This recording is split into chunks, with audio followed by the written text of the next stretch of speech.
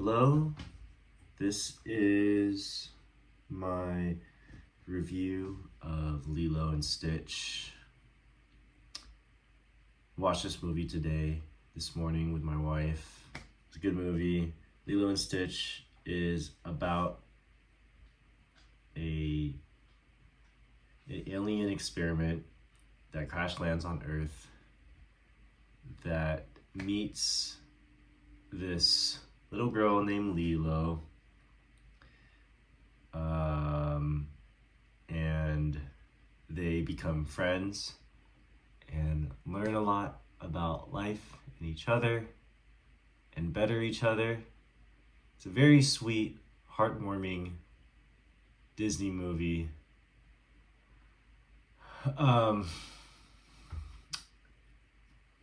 That is a remake of a movie that was originally an animation. Lilo is this girl that is going through a tough time in life because her parents have recently passed away. We don't know much about why they've passed away, at least in this movie, but we do know that Nani, her older sister, has now become her primary caretaker, and it's been very hard on Lilo. It's been hard on both of them. It was a very real movie. It was a very human movie. Very human problems that the characters go through. And through the struggle, ooh, excuse me.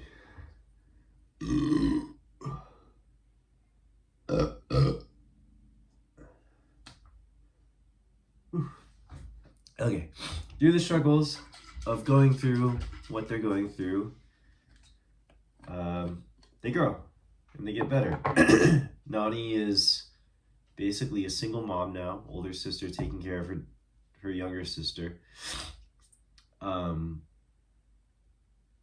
working a job solely to provide for Lilo. She was supposed to go to college to become a marine biologist, and it's funny because Lilo doesn't understand what that means exactly. She always says, you should go join the Marines. So that was a fun recurring joke throughout the movie. But she's doing the best that she can. She's taking care of Lilo. And Lilo is growing up, being a kid. Nani doesn't exactly know how to do both. She's been thrust into this position where she's now both a mom and sister. And she's struggling. Lilo doesn't have many friends. She's trying to make friends.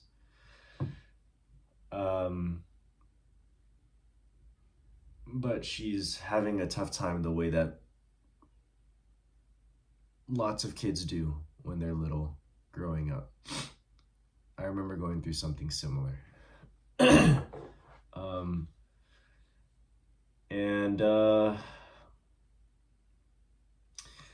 there's also an issue of a social worker that will come in and check on the well-being of Lilo and make sure that Nani is doing a good job of taking care of her.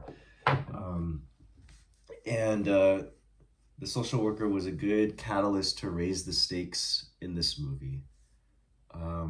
Make the normal struggles of life seem much more weighty, because the consequences could be that if everything doesn't succeed the way that it's supposed to, then the family could split up. And that's real. Eventually, Stitch meets up with Lilo, and at the same time, Jumba, who is the mad scientist who is responsible for making Stitch in a lab, I guess. I'm not exactly sure. He's trying to hunt down Stitch this entire time. Stitch is essentially a fugitive, and he recognizes that if he disguises himself as a dog, then he falls under the protection of Lilo because aliens are not allowed to hurt humans. And so initially, Stitch is using Lilo as a shield, but as time goes on, they actually develop a strong bond for each other, and it's very sweet. Um, Stitch, excuse me, Stitch also has this sort of weakness to water, which is interesting. I really like how this movie dove into kind of the rule set that Stitch exists under. And so it's not like he's just infinitely powerful. He does have a weakness, but it also exhibited different aspects of his powers, or maybe not different aspects, but aspects of his powers that we saw from the original film, but were cool to see in a live action medium. He has super hearing. He's intelligent. He's not intelligible. It's difficult to understand him, but he's smart. He kind of he plans and he puts things together.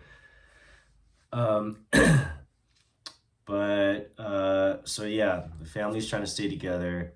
Nani and Lilo are trying to figure out this sister-mother dynamic. Eventually, and because Stitch is such a chaotic alien slash dog, inevitably they end up causing a scene big enough to jeopardize Nani's job, which jeopardizes her standing with the social worker, which leads to Lilo having to be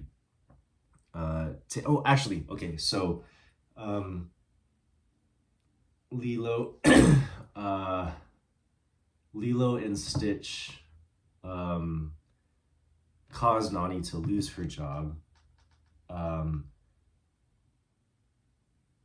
And then Nani and Nani ends up having to get a different job. She's looking around, she can't quite find work, and then she finds work as a surf instructor on the advice of David, who is sort of her love interest-ish, but not really. He suggests, oh, why don't you go back to doing something you love? That was cool to see, because I think, again, that's something that people struggle with, is I'm at this job, I'm doing it because, this is what you have to do to survive. And you kind of forget how to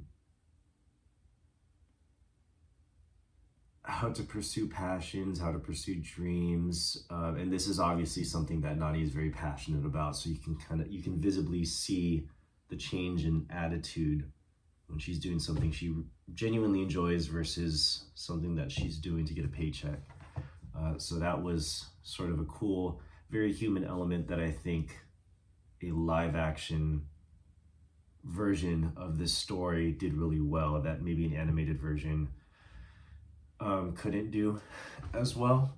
And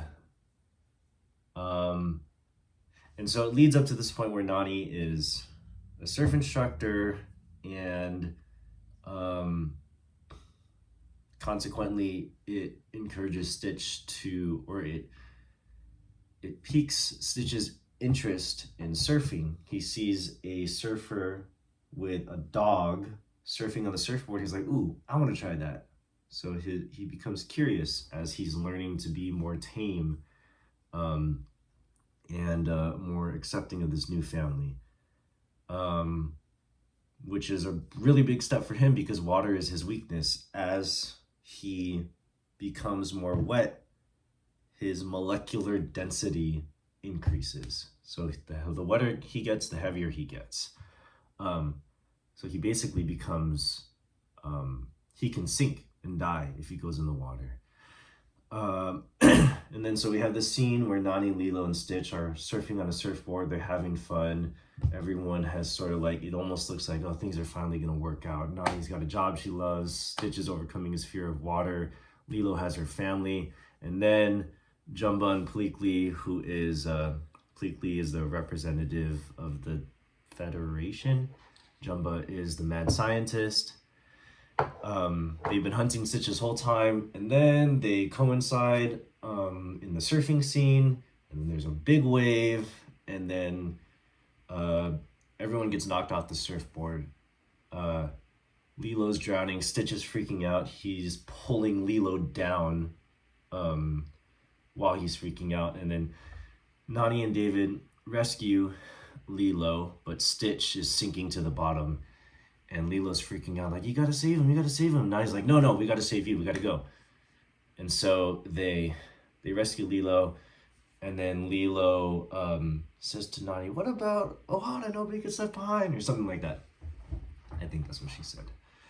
And so we have this really cool scene where Nani tries to, before that, we have this scene where Stitch is sinking, and Lilo's trying to save him, and Stitch recognizes that if he continues to hold onto Lilo's hand, they will both perish.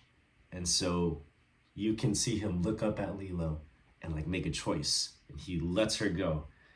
And we have this very sweet, heartbreaking moment where Stitch sacrifices himself for Lilo and sinks to the bottom, and calls back to an earlier moment in the movie where Lilo's teaching Stitch how to do hula. And there's this one part of the hula dance. The song is, what's the song called? It's Aloha, oi, da da da da da da da. And then at the very end it goes, until we meet again. And you grasp your hands and you pull it to your heart. And until we meet again is a common theme throughout the entire movie. Mom and Dad, until we meet again. Nani, if we get separated, until we meet again. And then Stitch and Lilo getting separated until we meet again. Oh my gosh, it was so well done. So he's sinking to the bottom.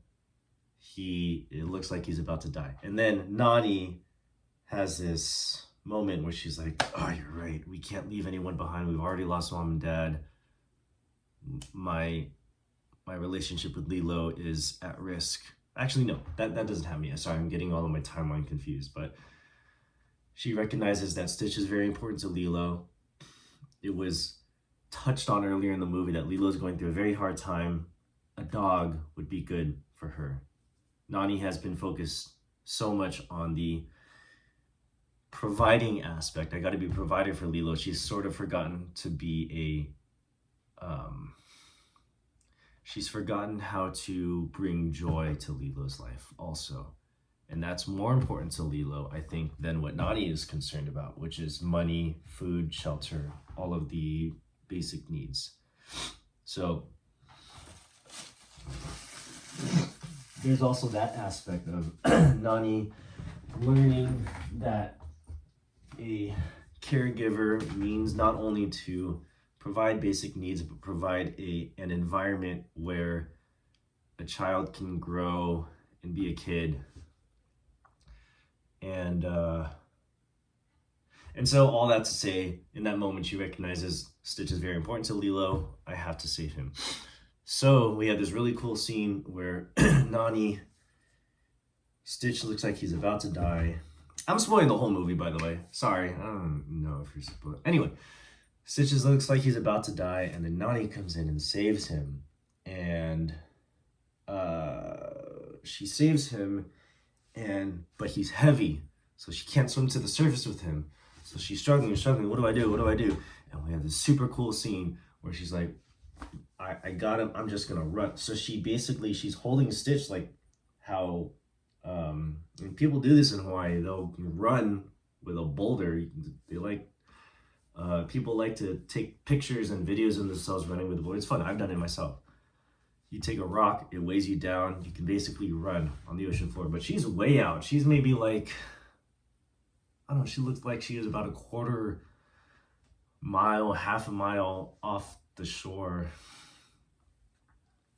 But has Stitch and she's just running. So she's holding him and she's running with him like a boulder. Super cool way to uh to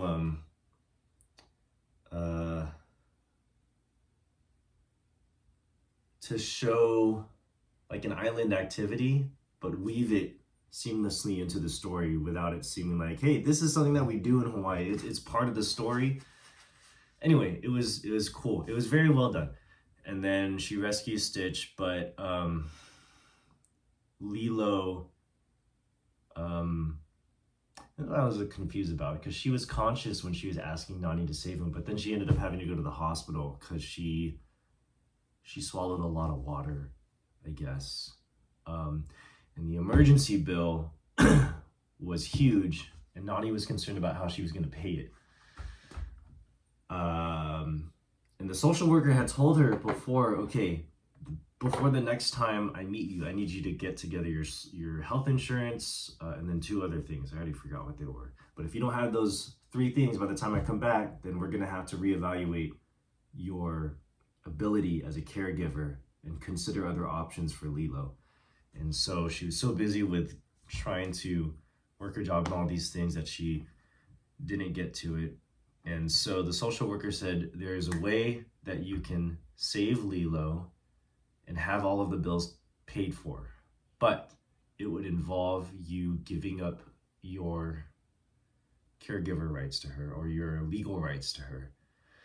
So in order to save her, she has to make a choice to let her go. So many moments of like choosing to let someone go throughout this movie. And man, like in that moment, in that scene, the social worker's talking and then her voice kind of like fades out and then Nani looks over to Lilo and she's looking at her across the hall in the hospital room and kind of having like this moment in her head, and she's like, I have to say goodbye to her in order to save her, essentially. And then that scene is followed by a scene where Nani is having to break the news to Lilo and explain to her, oh, remember that one summer when I went to surfing camp and I wasn't home and we were on opposite sides of the island, but we could visit whenever we want? Well, things are going to be a little different from now on. And it's just heartbreaking seeing Nani have to explain to her little sister who looks up to her and depends on her so much that I'm not going to be around anymore. Very uncomfortable. Very difficult to watch, very sad and very real, and all those things. And then Stitch overhears, and then he kind of has this moment where he's like, oh man, I caused this whole family to fall apart. I'm the problem. And leaves and goes back to the animal shelter where Lilo initially found him. And then Lilo goes to find him, and it's very sad because she sees Stitch like taking responsibility for it. Everyone is like,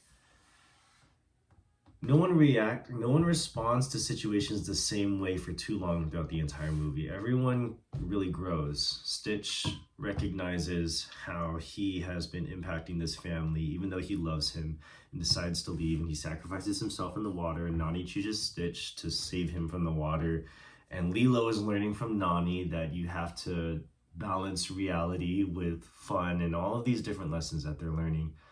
And then this big fight happens where Jumba is trying to get back Stitch, and the whole house gets ruined, and the Federation comes. And so, after all that, I'm skipping through a lot of stuff. The Federation comes, and they're like, we have to take Stitch back because he's a threat. And then they observe this family being sad at the fact that he's leaving. And the Federation leader clocks that and is like, oh, okay, that's interesting. This is this experiment is destructive and chaotic, but in the short time of being here with his family, he's changed, he's taking responsibility, he's calmed down, and they're actually going to miss him. So she kind of finds a way to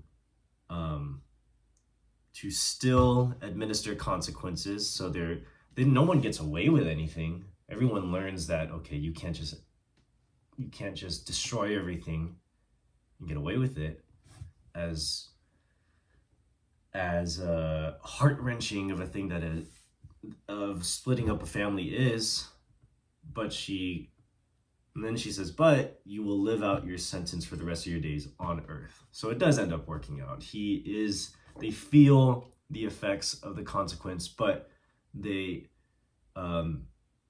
she kind of is a parent to them in this moment where, parents' jobs are to build an environment where a child can learn and fail and feel that failure, but still have the security of being able to try again.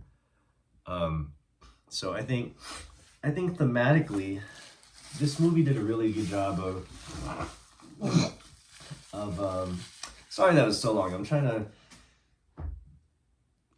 I'm finding that, or not, I'm trying to, to summarize the movie beforehand, create like a little bit of a synopsis so that I can think about what it is that I actually want to say about the movie. I saw this movie earlier this morning, so it's been several hours. But okay, so that's what the movie is about. My thoughts on the movie. The original reason why I wanted to see this movie was because the trailer popped up, and I watched the trailer, and I really liked how Stitch was animated. And I think that can be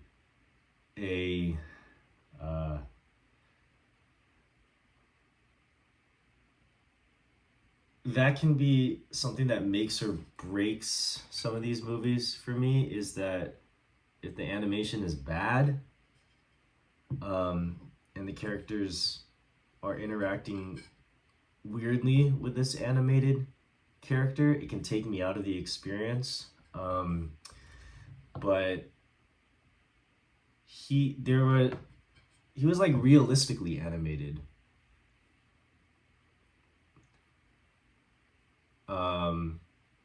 I don't know. I'm not an animator, so I don't really know how to explain the style in which he was animated, but he blended well with the environment while still maintaining a sort of fun, cartoony feel to him. And I like how they kept the same voice actor. I think they kept the same voice actor for Stitch, but me, as someone who's seen the animated version of Lilo and Stitch, or who has seen Lilo and Stitch, it felt like I was watching that movie again whenever Stitch was on screen, because Stitch was a through line. Is that what they call it? A through line between each movie. Something that didn't work for me in the movie was that Jumba and Pleakley have this I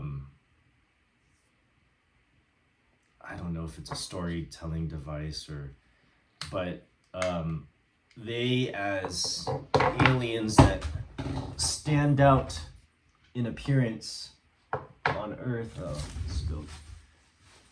they stand out because they're aliens, so they have these devices that allow them to blend in with the humans, but it makes them look human. So essentially they are just the actors, the voice actors, playing these characters for like 90% of the movie. Zach Galifianakis plays Jumba.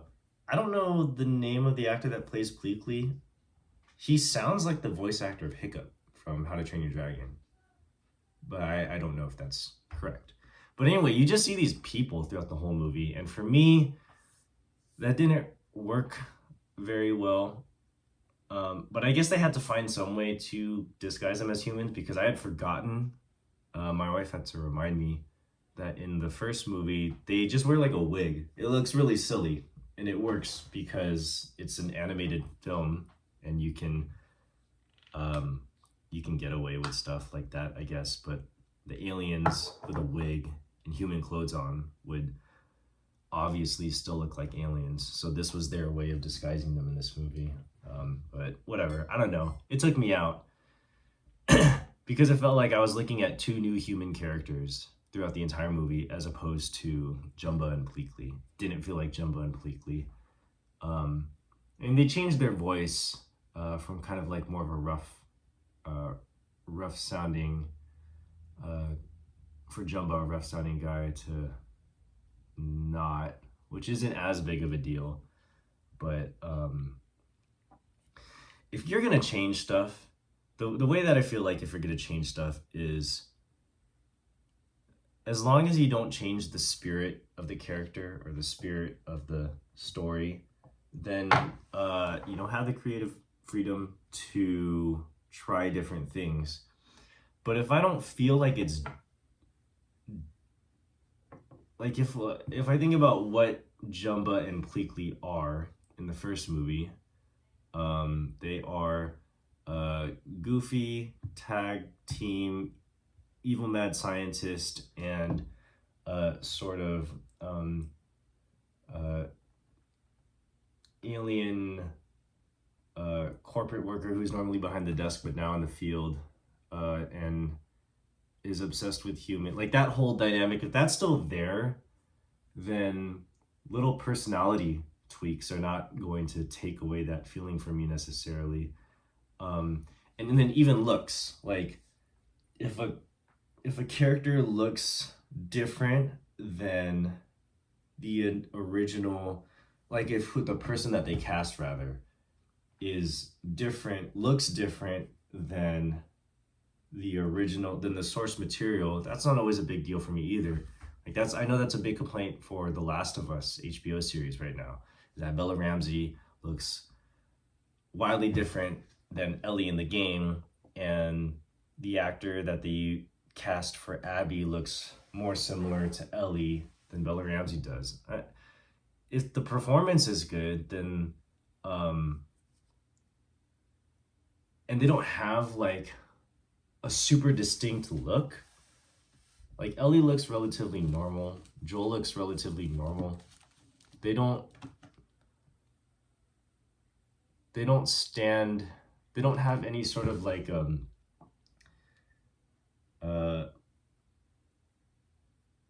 their physical appearance isn't super unique from your average person, I guess you could say. But Jumba like looks very distinct. He looks very unique. His look is very integral to the spirit of his character, in my opinion.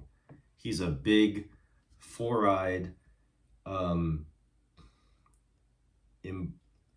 very, very imposing presence of a character, and Pleakley is very lanky and one eye, and so like physically, those elements were very important to those characters in the original movie, and I didn't get that in this movie. And the performances alone didn't translate that same feeling that I got in the original movie over to this movie. So that was one weak point of the movie for me. Another weak point of the movie for me was the choice in editing style. A lot of quick jump cuts and going from one moment to the next and transitioning from one scene to the next. I didn't really feel like I had the chance to absorb moments that well. But to me, I wonder if that, okay, like I'll give an example. In the beginning, when Lilo is feeding Pudge the sandwich, and then she has to rush over to the hula performance, and she's explaining that Pudge controls the weather, and then she has her hula performance, and then she pushes Myrtle over because she's irritated at her, and she's upset that Nani isn't there, and then she releases the chickens. Actually, that happens early. Like, all of these different things are happening. It felt like the movie kind of had to fill a quota of, okay, all these moments happen in the animated movie. Now let's make all those moments happen in this movie so that when people are watching, they could say, oh, I remember that from this movie. And it just felt like hit the beat, hit the beat, hit the beat, hit the beat, hit the beat. And you didn't really get a chance to absorb anything, which I guess kind of makes sense because that seems more of a pace that a kid would enjoy. They like to have like stuff happening very quickly over and over. Um, and so you have to appeal to a diverse demographic of people that are going to watch the movie, kids, adults, young adults, because you're going to have, people that have watched the original movie that are going to come back to watch it. So it didn't work for me, but that doesn't necessarily mean that it didn't work for the movie. But at the same time, it's like, well, those moments are going to matter for people who have seen the original movie and kind of have a nostalgia for it, which is adults. So why are you cramming all of these moments in for, I don't know, it was like they're trying to do two things at once. Give you a nostalgia bomb, but then also, or give you nostalgic moments, but also make it like a super condensed version of those moments so that the kids would also like it, but the kids wouldn't be nostalgic for it because they haven't seen, maybe they've seen the movie, but I don't know, maybe they have seen the movie, maybe that's why it works. Anyway, it didn't work for me, but whatever. What it did end up doing though was making the more somber moments of the movie more effective, because once you kind of finally got a break in that super fast pace, it was a stark contrast to the beginning of the movie where everything was super quick jump cuts. And then when Nani loses her job, for example, it's like, oh man, this is a really tense, somber moment. And then an even better example is when Nani is finding out that the only way that she can pay for Lilo's hospital bills is if she gives up custody of Lilo. Like, once everything slowed down, because the first half of the movie was so like ba ba ba ba ba, gotta make everything happen, gotta fit in all these moments, everything slowed down. It worked really well because you could really have time to breathe. And man, the number of times that I almost cried during this movie. There were a lot of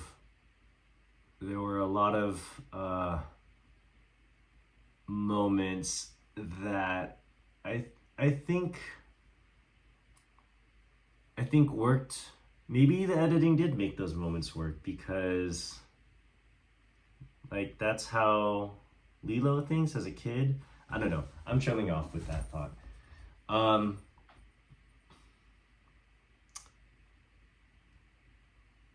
But yeah, I wasn't a big fan of the quick jump cuts, but once it transitioned into a bit of a slower pace and let you digest moments a little more, it started to really, those moments really started to hit. I'll say, okay, I don't know if I wrapped up that last part very well, but anyway, whatever.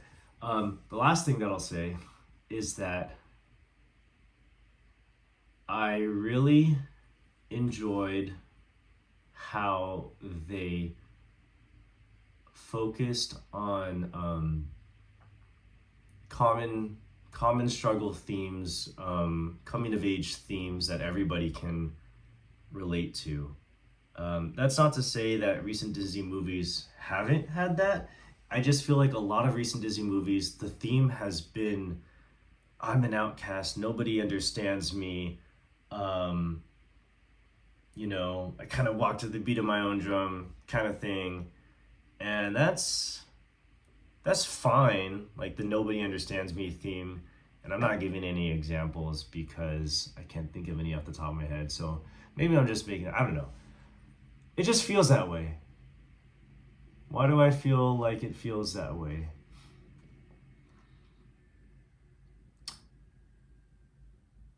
I don't know. It just feels that way. But anyway, it felt very refreshing to watch a movie that um, focuses on themes that feel very real and have high stakes. Um, and even though there were a lot of moments in the movie that were high energy, very stimulating, um, and very slapsticky, it I think that it did a good job of transitioning over to those moments where um, the movie was kind of like recentering everyone and kind of saying, okay, all right, we had a lot of fun earlier, but now we're going to sit down. We're going to talk about something a little serious right now. Um, we're going to be split up as a family. I have to say that the actor who played Nani was really good. I think she had the best performance in this movie. Um, Lilo obviously did a great job. The actor who played Lilo, um, but I think that she's just a really good actor. Um, she is a good child actor, but she plays her part and says her lines so much. She just seems so mature. Um, and so um, there were times where um, she like acted out a moment that I I would think a kid might act out differently, but because she's so mature, she has like a more mature take and perspective on it, so she delivers it with like an adult mind. Um, which I don't remember if Lilo was that mature in the original film. Maybe she was. I had to rewatch that one. But none of that to say that she was bad. I just think that as a kid, I would have liked to see more of a kid like performance.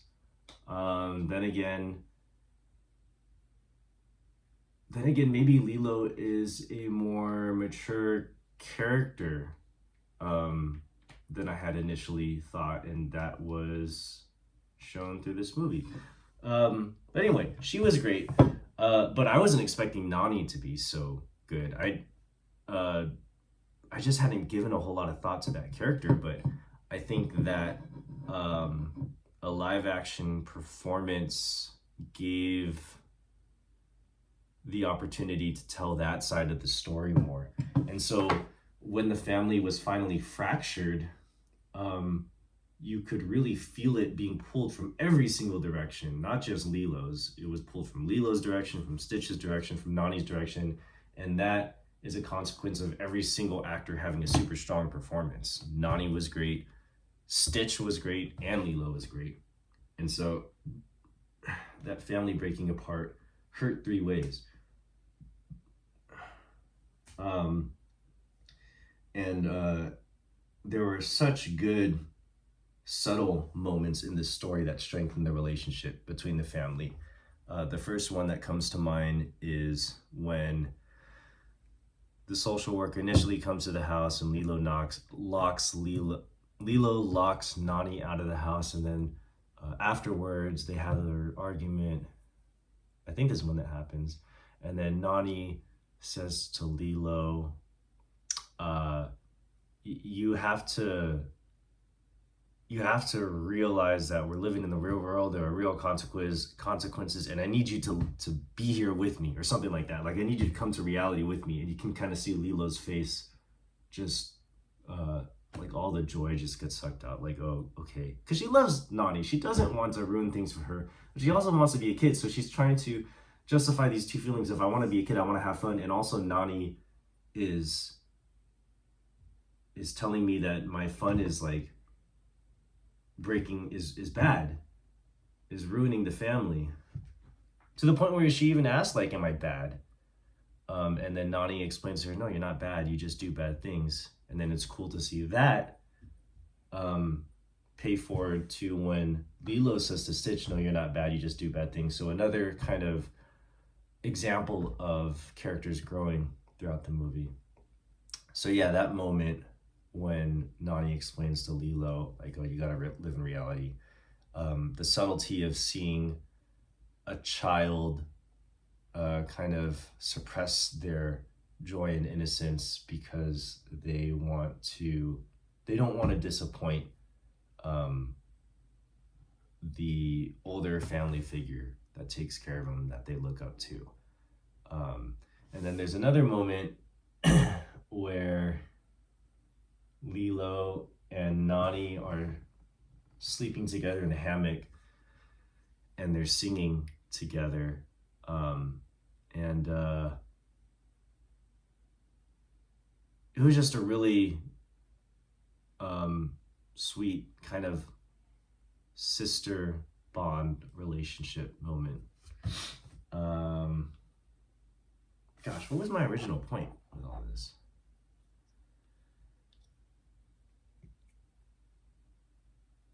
Well, I would say that overall,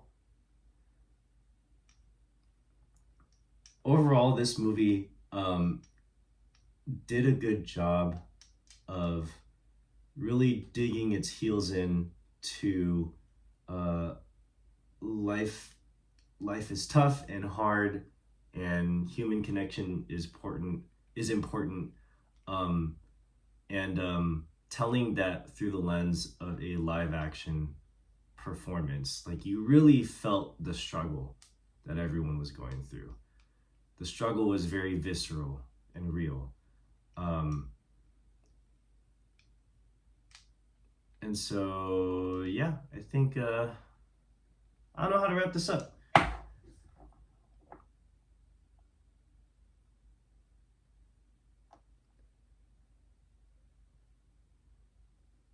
I think go watch it.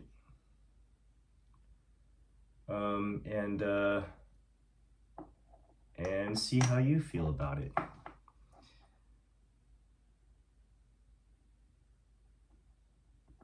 Cool. Lilo and Stitch was a good movie.